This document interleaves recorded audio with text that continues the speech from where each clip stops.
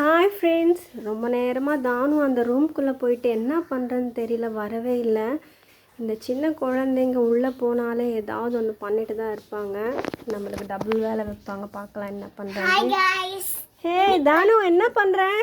Hi guys, நான் வந்து first standard போறேன். சரி, ரெடி பண்ணனும். என்ன ரெடி பண்ணுறீங்க?